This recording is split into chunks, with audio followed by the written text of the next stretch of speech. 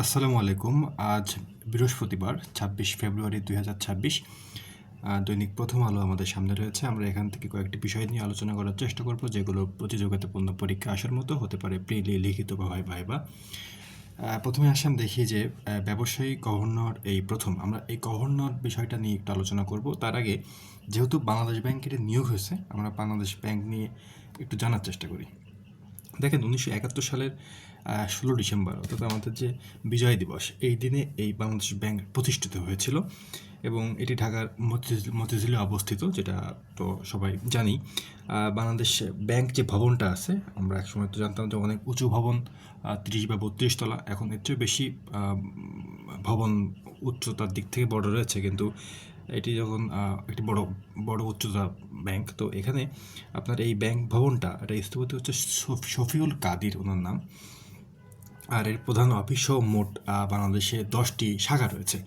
দেখেন, গভর্নর কথা যখন আসে, গভর্নর যিনি নিয়োগ হয়েছেন তার নাম হচ্ছে নতুন গভর্নর মোস্তাকুর রহমান।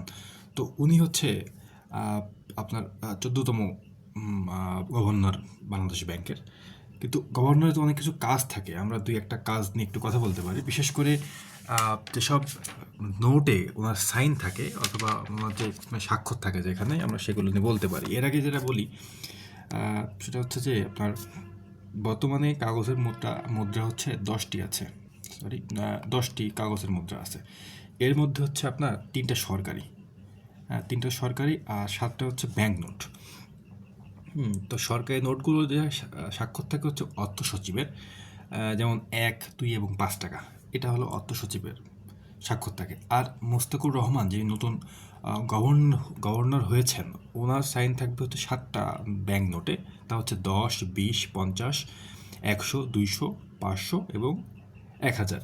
এক কথায় দেখেন, প্রথম যে আমাদের 3টা কম মূল্যের 1, 2 এবং 5 টাকার নোটটা যেটা, সেখানে ওনার ছবি আছে, মানে অর্থ সচিবের থাকে। বাকি যে টাকাগুলো আছে, আর যে 7টা আছে, এখানে গভর্নরের স্বাক্ষর থাকে। তো নতুন যে গভর্নর মোস্তাকুর রহমান, আগামী দিনে তার সাইনগুলো এই কাগজ থাকবে। এখন এর মধ্যে আমি কয়েকটা নোটের কথা উল্লেখ করতে পারি। দেখুন, আমাদের অতি সম্প্রতি যে ইতিহাসটা, সেটা হচ্ছে যে জুলাই গণ অভ্যুত্থানের। তো এই 200 টাকার একটা নোট আছে, তাহলে অবশ্যই সেটা সাইন করা থাকবে গভর্নর। এই 200 টাকার যে নোটটা, সেই নোটে কিন্তু এর পেছনের অংশে জুলাই 2024 গণ অভ্যুত্থানের সময় ছাত্রদের আঁকা গ্রাফিতি 2024, এটা কিন্তু এখানে রয়েছে। এছাড়া আর কোথাও আছে 10 টাকার নোট, যেটা 10 টাকার নোটেও কিন্তু জুলাই 2024 গণ অভ্যুত্থানের সময় ছাত্রদের আঁকা গ্রাফিতি 2024 আছে। যদি দেখেন যে আরেকটা আছে, সেটা হচ্ছে অর্থ সচিব সেখানে সাইন করেন, অর্থাৎ সরকারি নোট 5 টাকার যে নোটটা, সেই নোটে আছে যে জুলাই 2024-এর অভ্যুত্থানের সময় ছাত্রদের আঁকা যে গ্রাফিতি 2024, এখানে কিন্তু আছে। এবার আমরা একটু মতামত পাতায় দেখি যে বদিউল আলম মজুমদার, তিনি সংসদের সার্বভৌমত্বের সীমানা কতটুকু নিয়ে একটা আলোচনা করছেন। আমরা এখানে সংবিধানের 2টা বিষয় দেখি। এখানে দেখেন, উনি বলেছেন যে সংবিধানের 142 যে অনুচ্ছেদ আছে, সেই অনুচ্ছেদে 2/3 ভোটের বিধান আছে, মানে সংখ্যাগরিষ্ঠের কথা বলা হয়েছে আর কি, সংসদে যেটা কাজে লাগে আর কি। তো ভোটের বিধানটা আছে, তাহলে আমরা এখান থেকে জানতে পারি যে বিষয়টা নিয়ে আলোচনা হচ্ছে এখন 142 নম্বর অনুচ্ছেদ, যেখানে 2/3 ভোটের ব্যবধান রয়েছে। এটা মূলত ইঙ্গিত করা হচ্ছে বিএনপির যে নতুন সরকার গঠন হয়েছে, সেখানে তারা মোট আসনের 2/3 বেশি যে আসনটা পেয়েছে, ওটা সম্পর্কে। এবং এখানে আরেকটা বিষয় বলা হচ্ছে যে আমাদের যে 7 নম্বর অনুচ্ছেদ, সেখানে প্রজাতন্ত্রের সকল ক্ষমতার মালিক বলা হয়েছে। এবং এই 2টা বিষয় এখানে আলোচনার বিষয় ধরা হয়েছে আর কি, 142 নম্বর অনুচ্ছেদ এবং 7 নম্বর অনুচ্ছেদটা। এবার আমরা একটু অর্থ বাণিজ্য পেজে আসি। এখানে যুক্তরাষ্ট্রের সঙ্গে চুক্তি পর্যালোচনা দরকার, এটা বলা হচ্ছে। আমাদের যে অন্তর্বর্তী সরকার সদ্য বিদায় নিয়েছে, তারা কিন্তু যাওয়ার আগ মুহূর্তে একটি চুক্তি করেছে সেটা পর্যালোচনা করার সুযোগ নিচ্ছে এখন, যেহেতু নির্বাচিত সরকার, তারা দেখে শুনে চিন্তাভাবনা করবে। পাশাপাশি সুপ্রিম কোর্টের রায়, অর্থাৎ ইউএসের সুপ্রিম কোর্টের রায়ে যে চুক্তিটা ওখানে মানে ট্রাম্পের বিষয়টা যে মানে অবৈধ ঘোষণা করলো, সেটার প্রেক্ষিতে কী করা যেতে পারে, কীভাবে হতে পারে, এটা নিয়ে আলোচনা হচ্ছে। দেখেন, বাণিজ্যমন্ত্রী বলেছেন একটি চুক্তির পক্ষে বিপক্ষে দুটি দিক থাকবে। এটা সবসময় সত্যি, যে কোনো বিষয়ে আসলে দুটো দিক থাকে, এটাই স্বাভাবিক।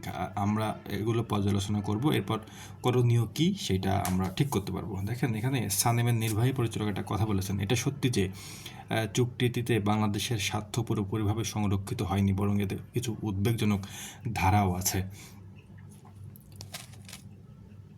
দেখেন, চুক্তি কি, একটা প্রশ্ন করা হয়েছে, চুক্তি কি দ্রুত করা হয়েছে কিনা, তড়িঘড়ি করা। দেখেন, এখানে বলা হয়েছে যে চুক্তির আলোচনার সময় নন ডিসক্লোজার এগ্রিমেন্ট, এনডিএ বলা হয়, হ্যাঁ, নন ডিসক্লোজার এগ্রিমেন্ট ছিল, তবে এটা চুক্তিতে সংবেদনশীল বিষয় ছিল।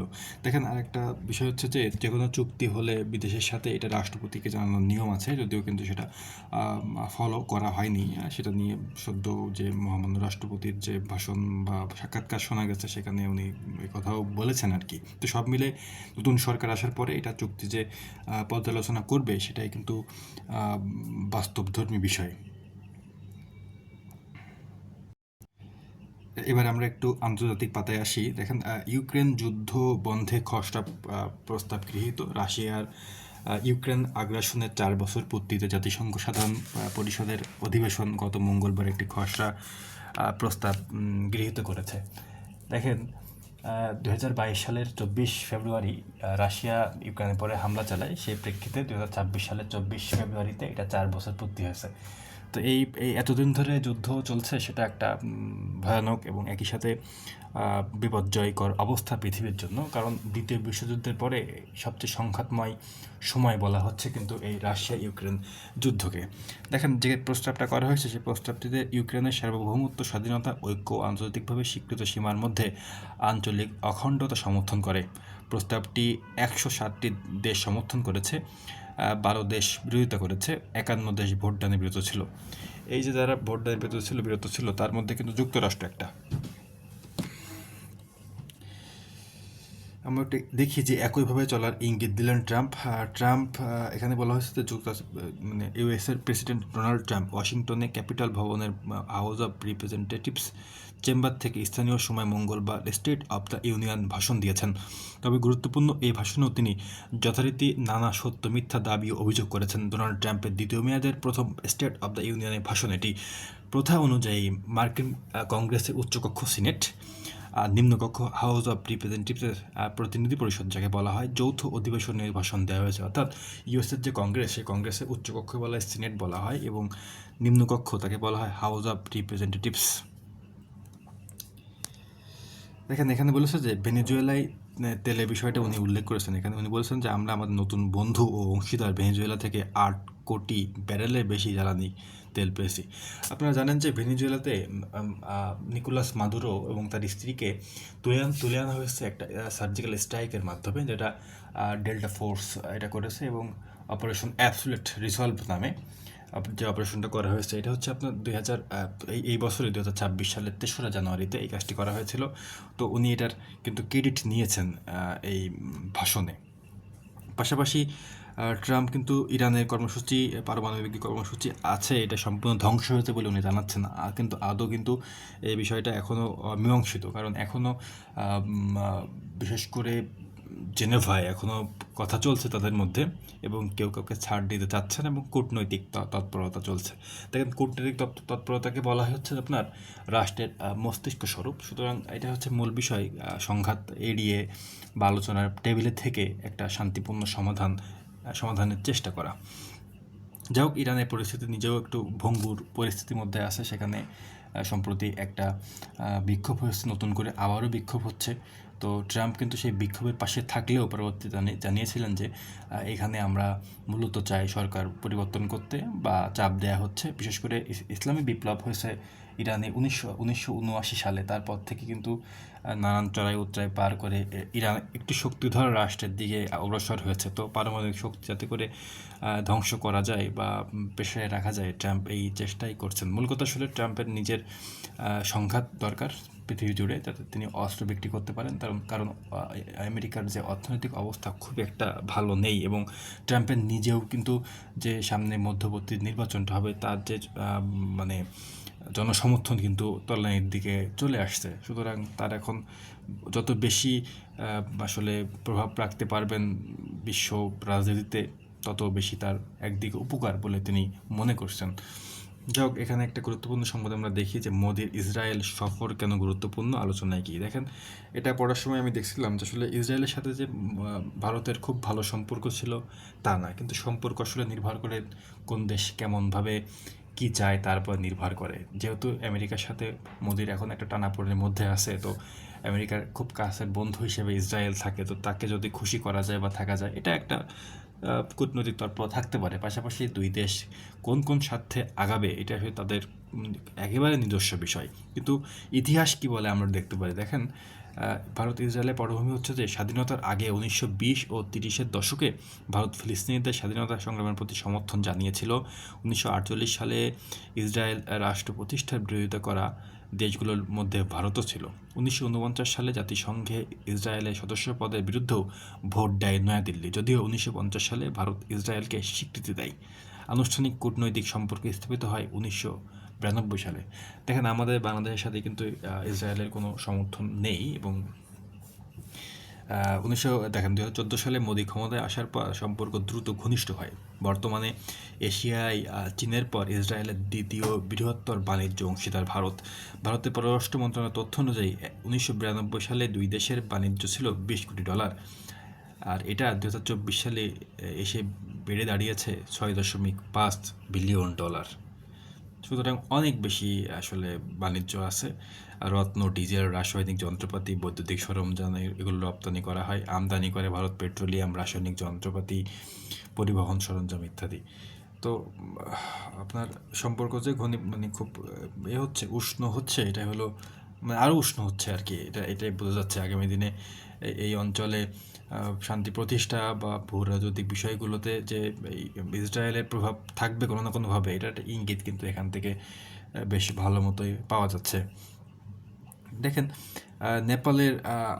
নেপালেও কিন্তু আমাদের দেশের মতো অভ্যুত্থানের মধ্য দিয়ে, জেনজির বিপ্লবের মধ্য দিয়ে কিন্তু পরিবর্তন হয়েছে।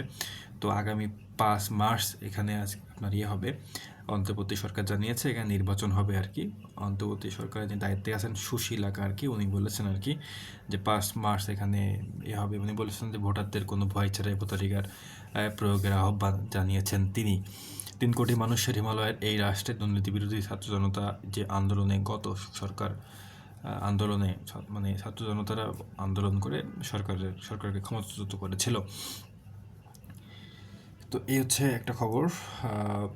একটা বিষয় দেখি যে যুক্তরাষ্ট্রের রণসজ্জার মধ্যে চুক্তির বিষয়ে আশাবাদী ইরান। সুইজারল্যান্ডের জেনেভায় ইরান ও যুক্তরাষ্ট্রের মধ্যে তৃতীয় দফা আলোচনা শুরু হওয়ার কথা আছে।